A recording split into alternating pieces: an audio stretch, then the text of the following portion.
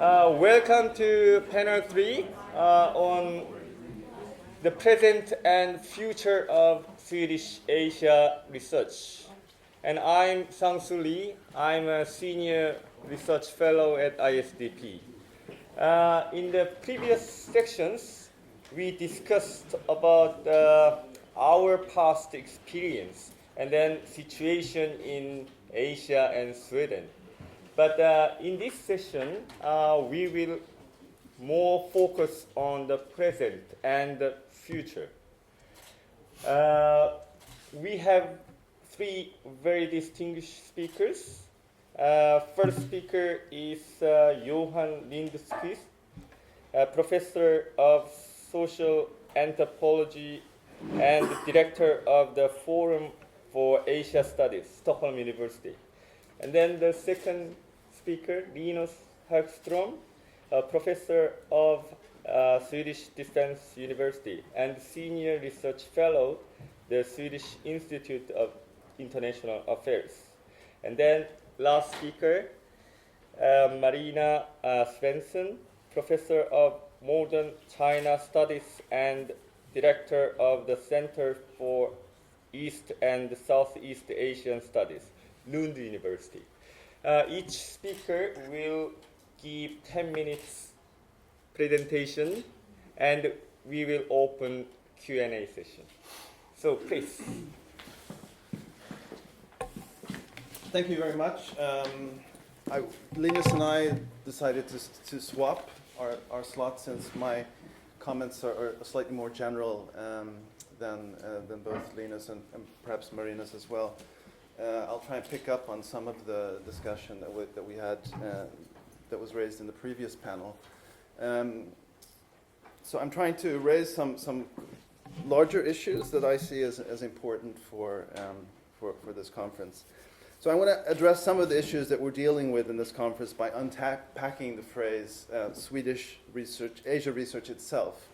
This is based on a number of interconnected and shifting relationships, some of which are peculiar to the Swedish context that we're a part of and therefore should be reflected back upon ourselves.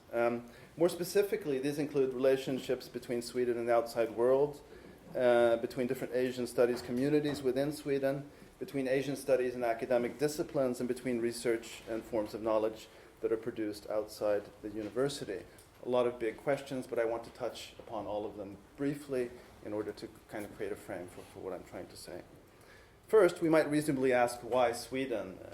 This is, of course, not an either-or question, but certainly one worth reflecting on in an era in which it's increasingly feasible to collaborate across borders and in which international relationships are shifting.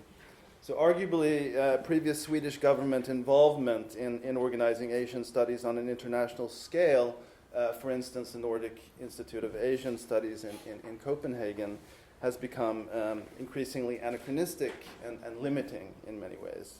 For many of us who work on Asia, there's often little point in engaging with Sweden or Nordic countries, for that matter, when it comes to specific research concerns, largely because there's no critical mass of scholars. And I think Marie raised this point in a particular way in the previous panel. For instance, there are not more than a handful of scholars working on Indonesia in Sweden, despite the fact that it will most likely be the world's fourth largest economy in 2050. It makes far more sense for me to fly to Amsterdam, London, or Singapore for these kinds of specific forms of intellectual engagement. In other words, and more generally, we should acknowledge that strengthening Swedish Asian studies is primarily an institutional and political issue more than it is an intellectual issue, perhaps. This strengthening, however, must be based on a strategy to both consolidate Asian studies in institutional terms in Sweden, while recognizing the importance of developing enduring intellectual networks with researchers and key centers of scholarship abroad.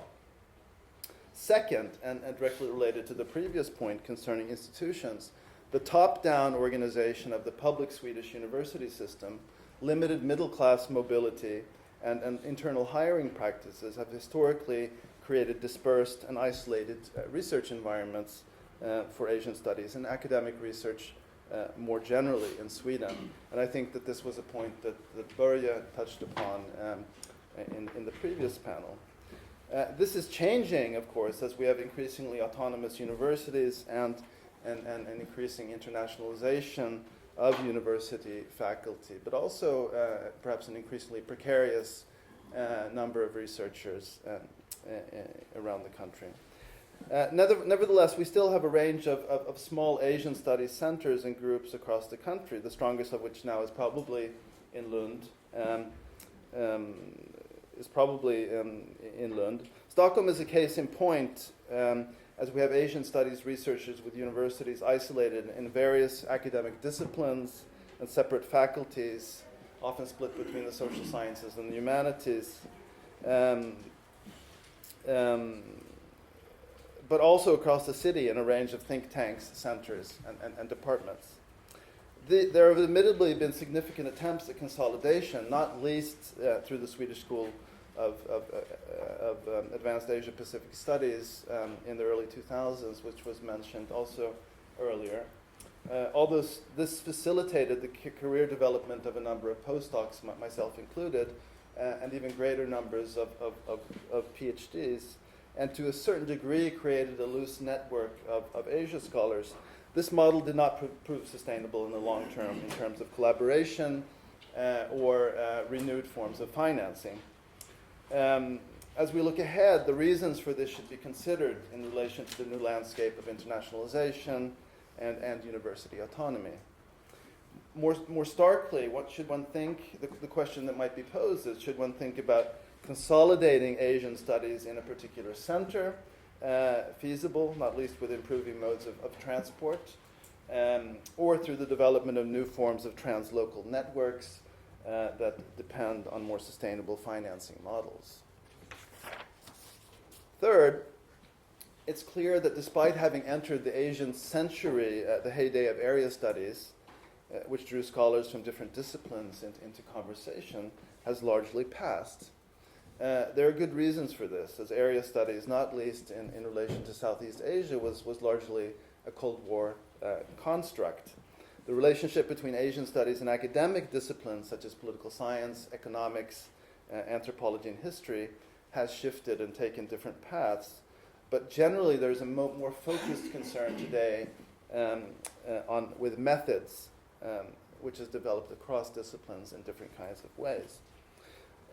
My own appointment is in social anthropology, and I only rarely advise graduate students who work in Asia, and am therefore generally drawn away from a focus on Asia to more strictly anthropological questions. I think it's evident that we need area studies, but we also have to rethink what kind of area studies, and this is an ongoing conversation. The First World, Third World, post-World War II dichotomy has little bearing today. Nor does a strict focus on Asia as a fixed geographical space make much sense today. We need a kind of deterritorialized area studies for the new century that, as Marie put it, listens to Asia as well. But one that remains committed to learning languages, to understanding history, and to recognizing not only cultural difference, but processes of cultural differentiation in the face of momentous change. Fourth, there's a shifting relationship between academic research based in university settings and the demand for research knowledge outside of the academy.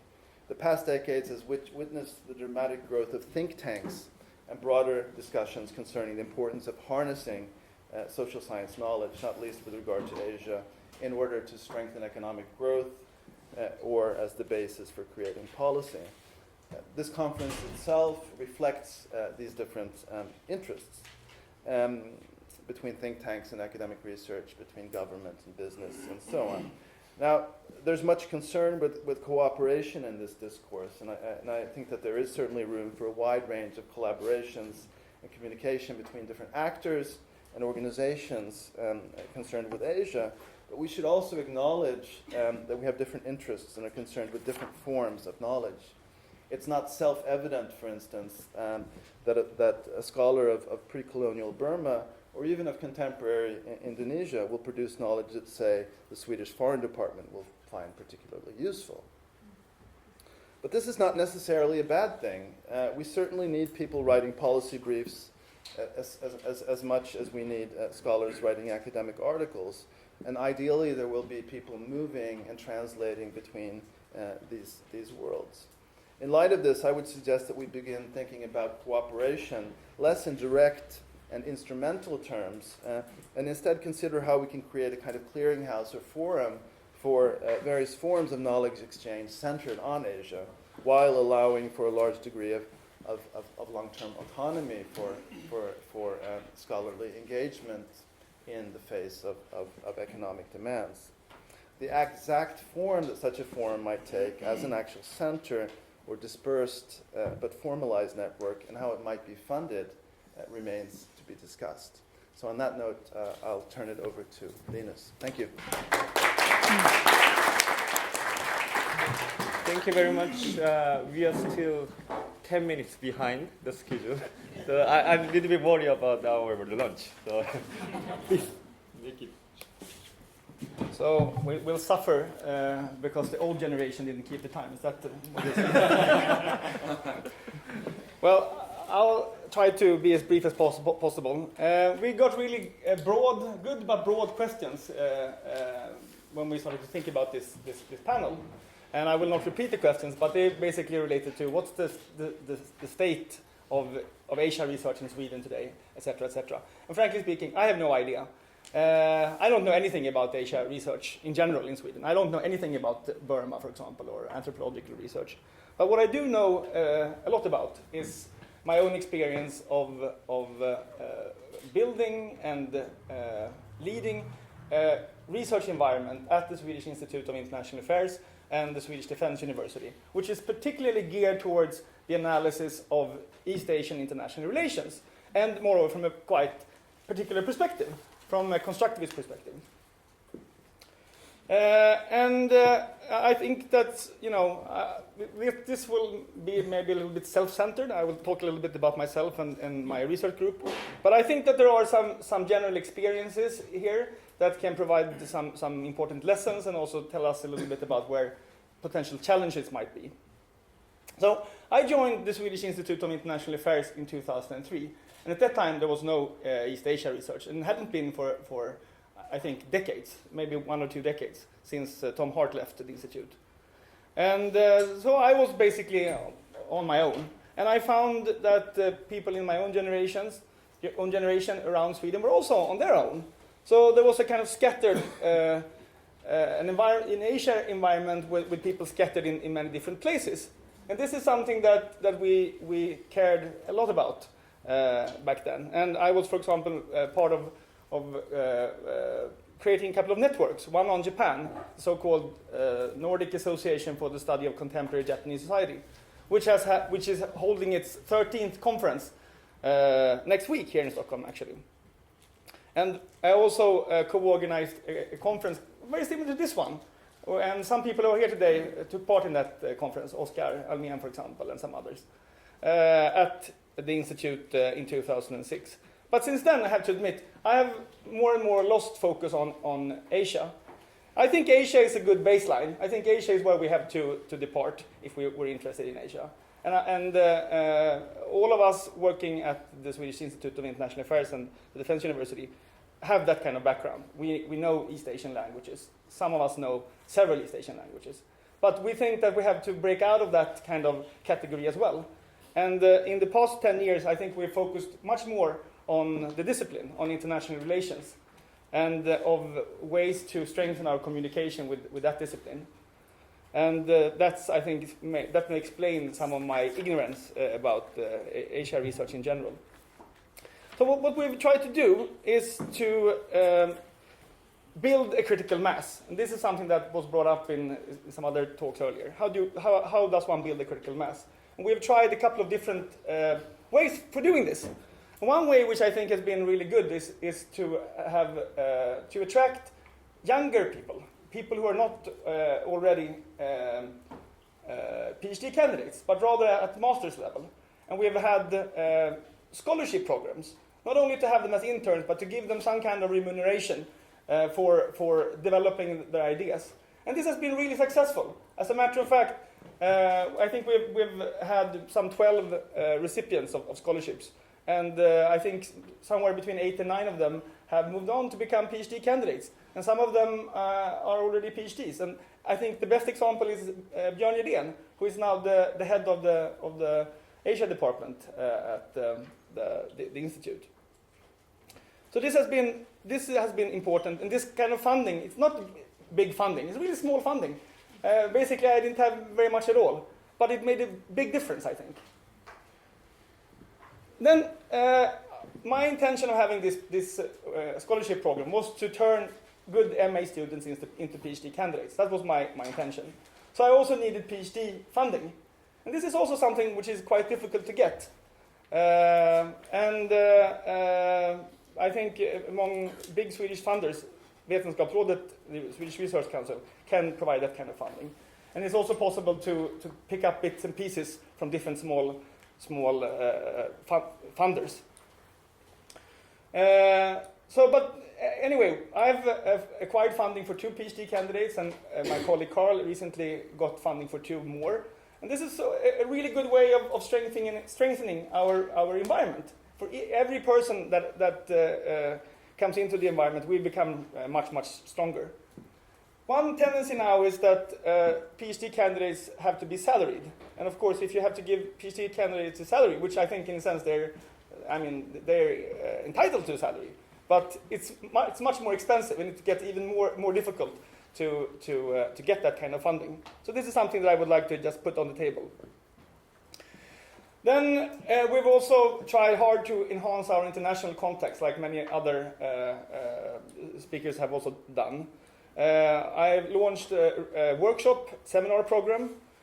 These have resulted in a number of special issues with good journals, and also in edited volumes, some of which are also in the making. We've had the guest scholar program.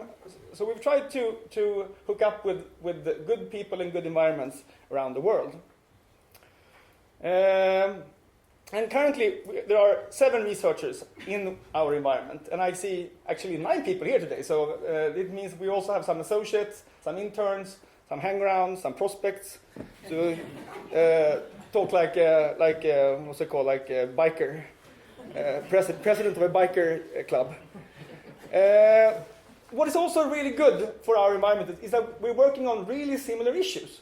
And I think if you're in an East Asia environment, often, you have nice colleagues. Some of them may be working on medieval Burma. You don't have very much to talk about. You have a vague sense of having similar interests, but actually you don't. But we have really similar interests in our group.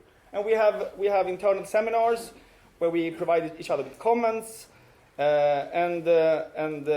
This is, I think, something which further strengthens our environment. So what we've been trying to do over the past years is to get more impact. We've tried to place our work in high-impact journals in our field of international relations, to make sure that our knowledge of East Asia also feeds back into the theorization of international politics more generally, which I think is important. And in the past 3 years, I think we've had more than 20 journal articles as a group placed in good journals. And I think building these networks is also important for disseminating our findings. But in recent years, we've also become more and more interested in impact on policy. We don't have a group which is big enough to do any real serious work on it yet, but we've seen the same kind of problem that was brought up by Frederick Shaw earlier, that we often tend to look at East Asia with American glasses.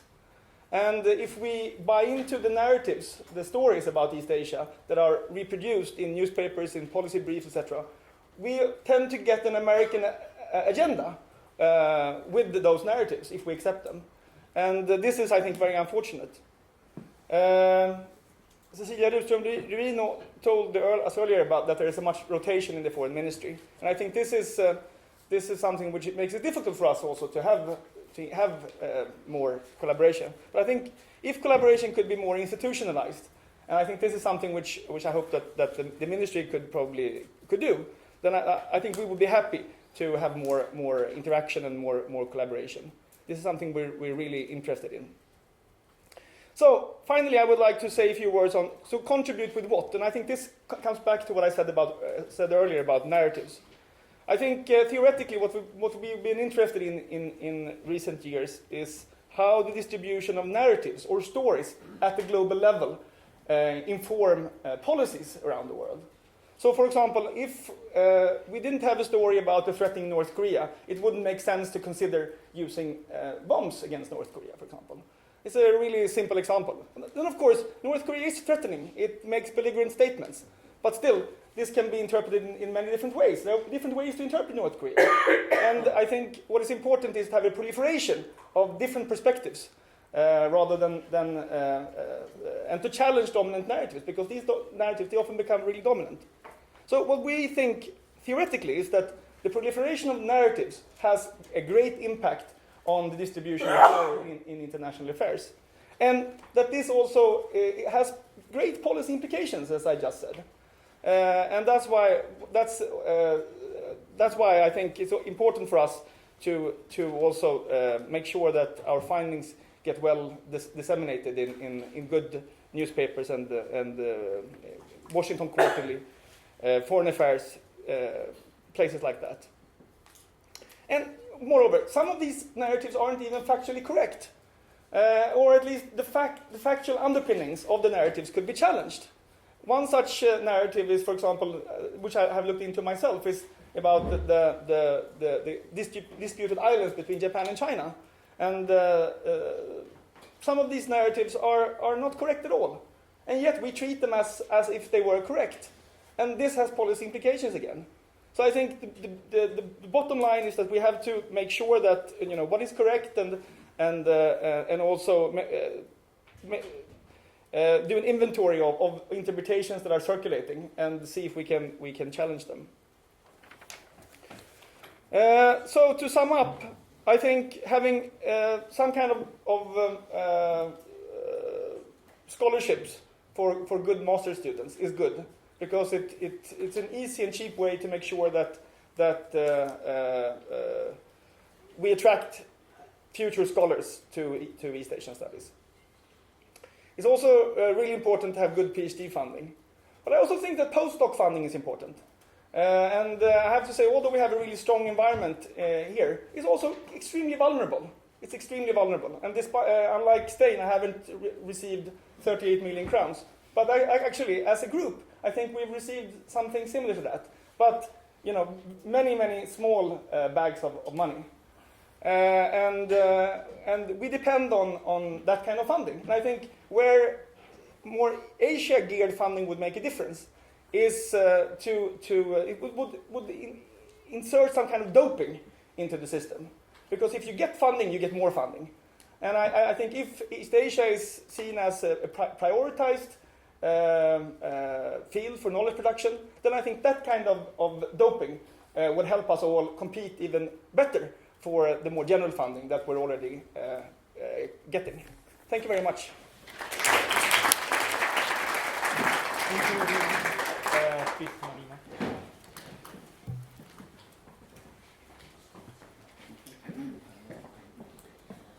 Well, it's a bit of a difficult challenge to follow up on this, because there's so many good ideas already being discussed here, and I have been rewriting my notes of what I want to focus on. But I think one thing to be said as a start is that there is no one way of doing Asia research or research on Asia. There are many different ways, and we find ourselves in different disciplines or in different institutions and academic environments, and we also have to deal with our environments. So that is something to take into account when we do Asia studies or when we sort of plan for the future. So I have found myself coming from a quite different background from Johan and Linus.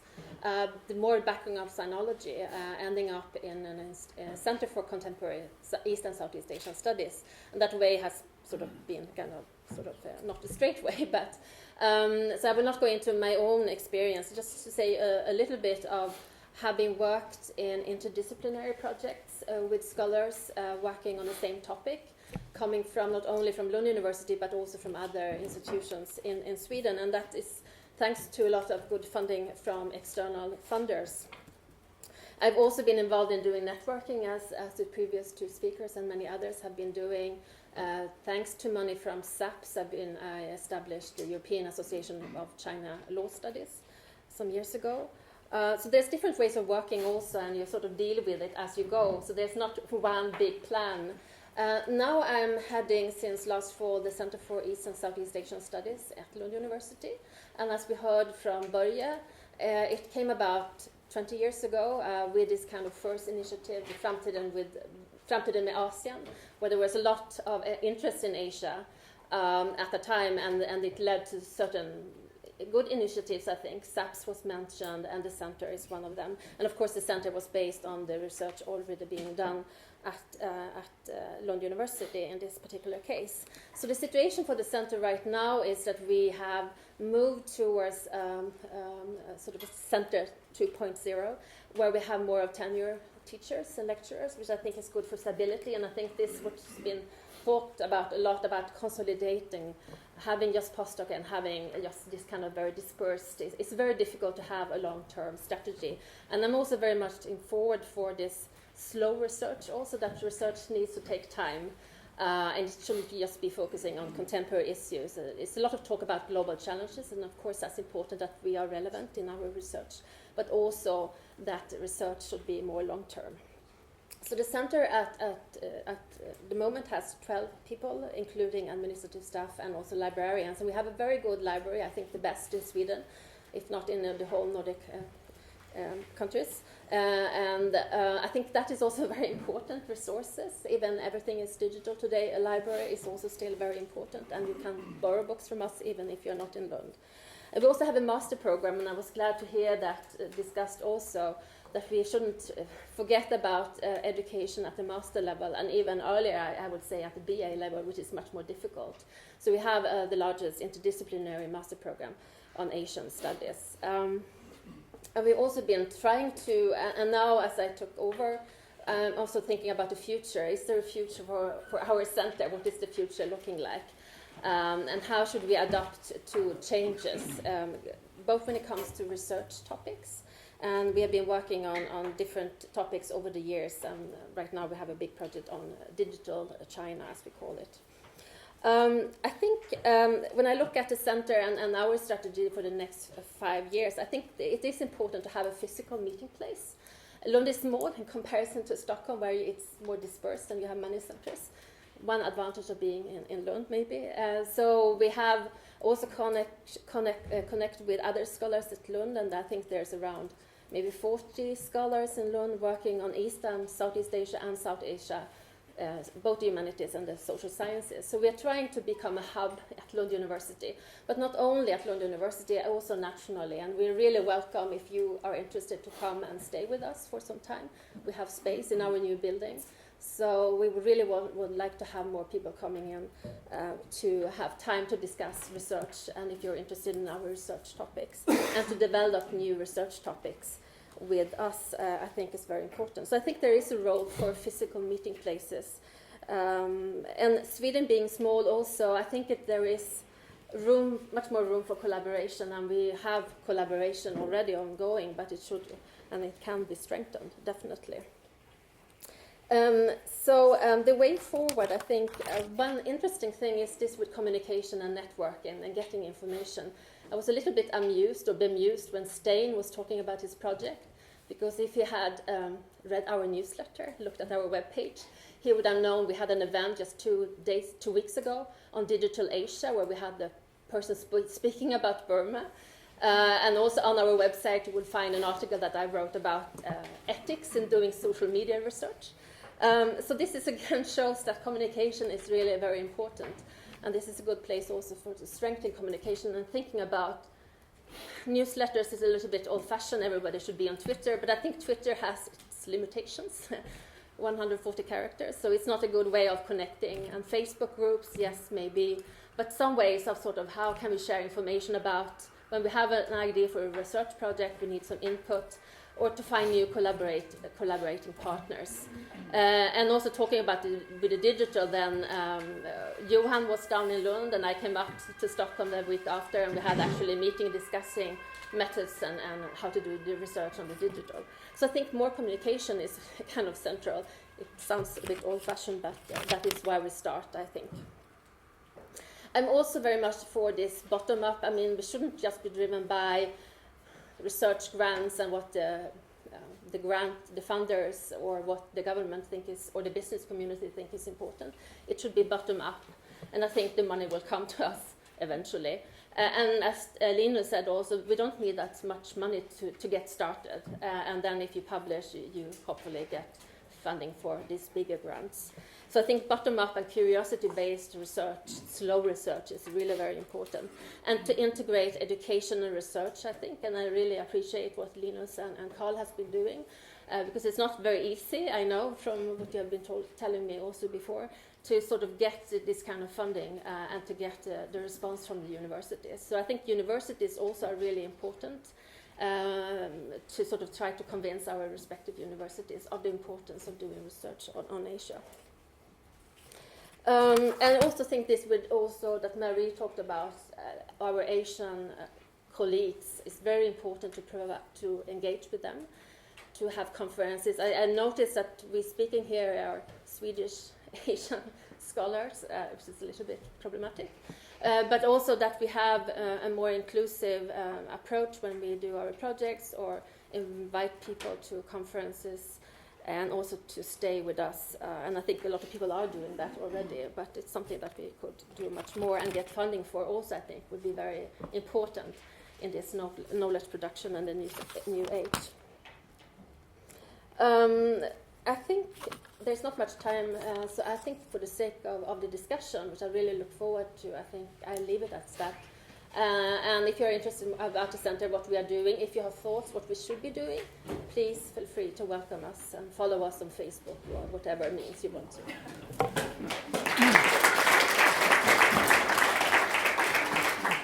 Thank you, Marina. Now I open a Q&A session. Short introduction and short question, please.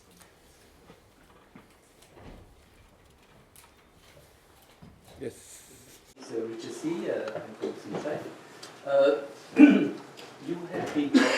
I was mostly concentrated on the second part of the title, the future of Swedish Asia research. I heard many questions concerning stuff, which I understand, of course, buildings, financing, staff, tenure staff, and so on. My question is that when you deal with Asian research, what is the end user of the Asian research? That is it the Swedish country? Is it the department, the government offices? Is it the newspaper in India, in China? And for instance, Linus was talking about Washington Post. Why not People's Daily? I was, That is my question. Please have some comments. Yeah. Okay. I will take more questions at the same time. Then the speakers will answer. I'm Andrew to Macon University.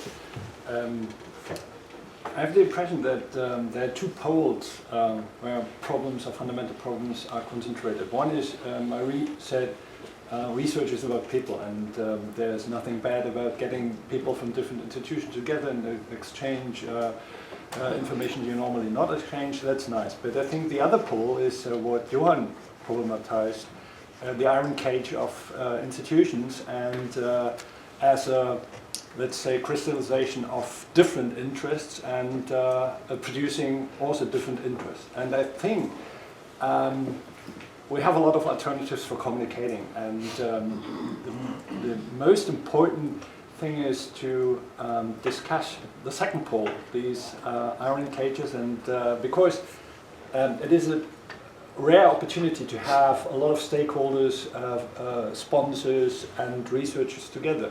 And all these groups, only these groups are able to quest iron cages and think about alternatives. So what's your opinion about that? Well, I'll start with the first question and the comment. And I think, the answer is it depends. It varies. I mean, we have to think about, as researchers, we write in different genres. I mean, there's a genre for proposal writing, there's a genre for academic journal writing, and then there's a genre for writing for newspapers. And I think that we have to carefully consider how we can engage with all of them at different moments, depending on what appears relevant. So I would say that we should think about all of them, right? And that the end user really depends on a kind of strategic thinking about multiple forms of knowledge circulation, right? And that's increasing, and to that we might add social media and Twitter and so on. We can't do all of that, of course, but it's good. I was sort of suggesting that, turning to the second point, that we might have a kind of clearinghouse idea in which we have people with different kinds of expertise and different writing skills or engagement skills who could be brought together in some kind of way. So, I mean, the question that I was raising that poll, and I'm glad that it was evident. I mean, it's a very difficult question, right? We're all here in this room because there's a problem, in a sense, right?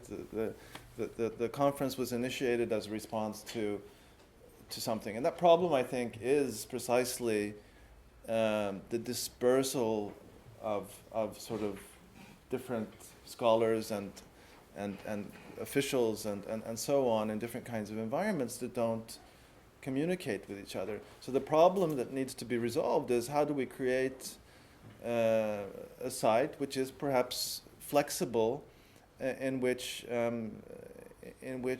these different kinds of writing and engagement can also encounter one another, not constantly, not all the time, but they can come together, and that there is a kind of site, be it virtual or spatial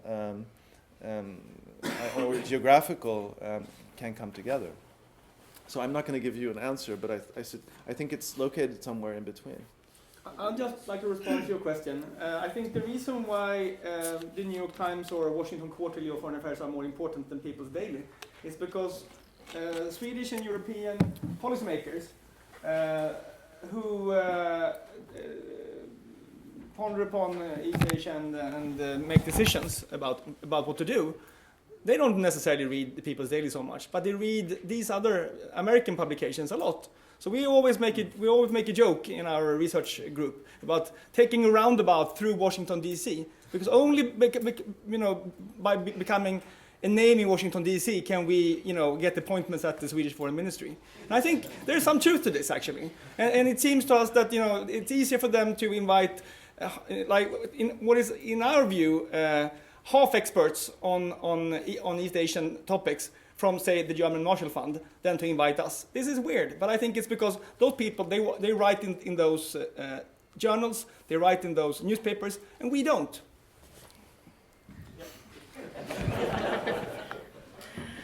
Well, I think it also depends where you're based. If you're in a university, you also have what is called the third task, to reach out to the Swedish public as one important thing for us, and then it is to write in Swedish and to reach out, because it's the taxpayers who pay us our salary, so our research would be sort of relevant for people in Sweden. And then, of course, we have the academic community, which is increasingly also including Asia, and some of our works might be translated into journals or books in Chinese or whatever. And then, of course, people who are working on international relations or are policy institutes, they would try to influence governments. But so it depends a little bit on your research, where you're based, and the expectations that the people who pay for your funding want you to, where you want to be published. I take two questions. One from here and the other one. Okay. My name is Johan Romgaard, and I'm especially studying China, but I'm also interested in the entire East Asia. And it's sort of a cross-disciplinary research that I'm engaged in. But right now I'm very much engaged in sort of keeping assets in Sweden, like the Museum of Far Eastern Antiquities, which actually is focused directly on East Asia. And has a very long and good tradition with research exchanges in geology, paleontology, and archaeology, with especially China, but also Japan and Korea. And from my point of view, I'm really glad, Marie, that this conference is taking place, because the word that Johan said, problem, is really what we have, I think. And especially, I think, in China research, where I'm looking at, the resources are scarce to get funding for new research. And as mentioned many times here, there are scattered islands of researchers. And so this is a very good thing that we're meeting here today. And I would really like to also hear more, what do we know now to keep and build from the assets that we actually have. There are libraries that are getting lost, that are very, very good, especially on East Asia, etc. So there are many things that I think needs to be done. So I'm not really addressing anyone, I'm just giving my views on this. Okay, one last question. Yes. Sharon here from Center of International Studies, University of Gothenburg. My question is for Linus. What exactly did you find about the narrative that is inaccurate, that is currently between China and South Korea? Number two, as part of the Swedish Defense University, can Sweden, in a very inclusive manner and ideology, not influence Chinese thinking, which I know that Volvo Cars, for example, has done with its cooperation with CEBT in Gothenburg. There's a very open communication that Chinese are very open. They do not want the war. Can Sweden not play that role in helping come to terms with similar values? Not you're Chinese, I'm Swedish, you're US, I'm not, but similar global values. Because I know that China can do it, they're working towards it. So what's your experience of that? Thank you. I think the first question probably I'll leave because it tends to become too long, but I think the second question is really important. I think that's also something that we're currently thinking about in our research group. How do we, if narratives enable conflict, if they enable tension, if they enable nationalism, how can narratives be constructed that do not enable these kind of things, but that enable cooperation, that enable friendship, that enable integration, these kinds of things? And I think one thing that you just mentioned that is important is exactly that, that rather than talking about, say, we are democratic, you are authoritarian, we are this, you are that, using things like democracy as a slogan, I think we have to become much more aware of similarities, not only pointing out differences, and become much more humble about our own experiences. I think this is something that is important and that I'm currently looking at, studying the concept of harmony in China. I'm very happy. Should we not comment on the other? Oh, yeah. I mean, we have a couple. We did have an extra. We lost 10 minutes, right? When we started last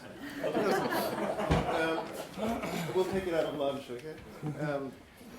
So I think, this is a general and important comment, and it links up to the previous comment to the gentleman up here. And I take it more as a comment than as a question because it's very big. But I think museums are very peculiar kinds of places, and the Museum of Far Eastern Antiquities is and because they have all this mass of things, right? And it's incredibly valuable resource. But it has the problem of categorization. There's a lot of objects. Yeah, you want to respond to this, of course. But I think it's important that there's a lot of debate about what to do with these different museums now, and I think that supporting their development and the valuable objects that exist there is very important. So that is perhaps the ultimate institution in a sense, the museum. I think that, I don't want to talk about museums, but we talk about institutions more generally. There has to be some destruction also. And there has to be we can't just have a model, a sort of social democratic model of equal distribution along the line. There has to be a concentration and decisions have to be made. And universities and existing institutions have to match external funding as well in order to create environments that work. And this is not a comment on the museum as such, but I think we have to decide what is valuable. I mean, we is a complicated word here, right? But we also have to decide what needs to be left behind and how we should move forward. And I think that is something very Swedish, that it's difficult to leave things behind. So that's a general comment on that. I know there are here in this room several scholars who signed a petition to save the Museum of Polish Antiquities. We're doing this because we know that it is important not only for our research but also for the nations involved that are having their culture exhibited there. And this is also, which must be remembered, an arena for meeting people from these countries. For instance, I mean the emperor family of Japan was there, and for 10 years ago or 7 years ago, and the Minister of Foreign Affairs from all these countries have been there and for exhibitions, etc. And so this is a meeting place where one can talk and discuss, and they are proud of their cultures, and we should be proud of their cultures as well. And this is a possibility to talk and discuss, hey, we are friends for such a long time, can we do this and that? Should we make an effort now to do something with that? Or if we have a problem between our nations, there's a possibility to meet and solve it. So this is an important arena to keep. I think we can continue and discuss during the lunch.